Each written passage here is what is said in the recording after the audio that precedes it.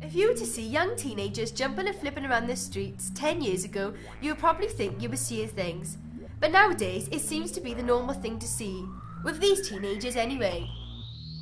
Founded in France in the 90s, parkour has quickly become an internet sensation and is now the most uploaded sport on YouTube.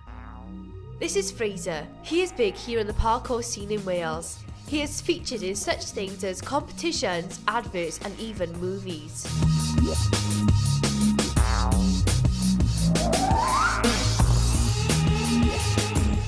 Parkour and freerunning mean everything to me. Really, it's you know, it's a part of my life.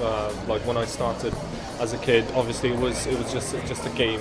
Like, you know, just go outside and do a few flips or do something crazy. But now, obviously, it involves you know, something bigger, because you know it's also a part of my job, and every single day I live with it. So, Fraser is now looking into setting up local gym sessions for these teenagers throughout the country.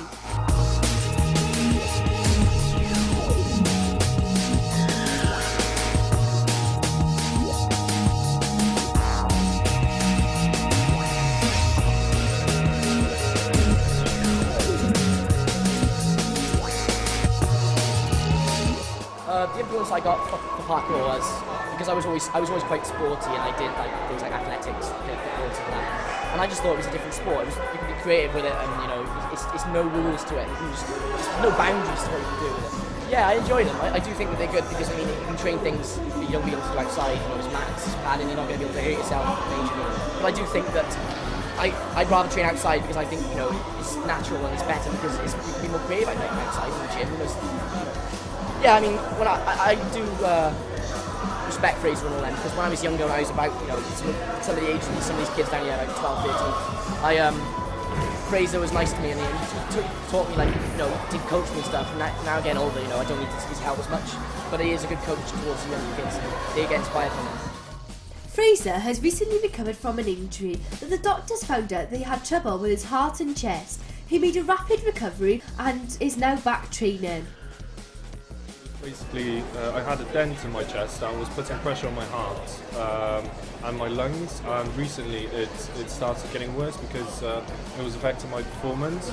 I mean, you know, when I was younger and I was training, it didn't really affect me that much, but now it started developing in a way that, you know, I couldn't really go on with it, so I had to have an operation, which was quite an extensive operation, because now I got a metal bar in my chest, and it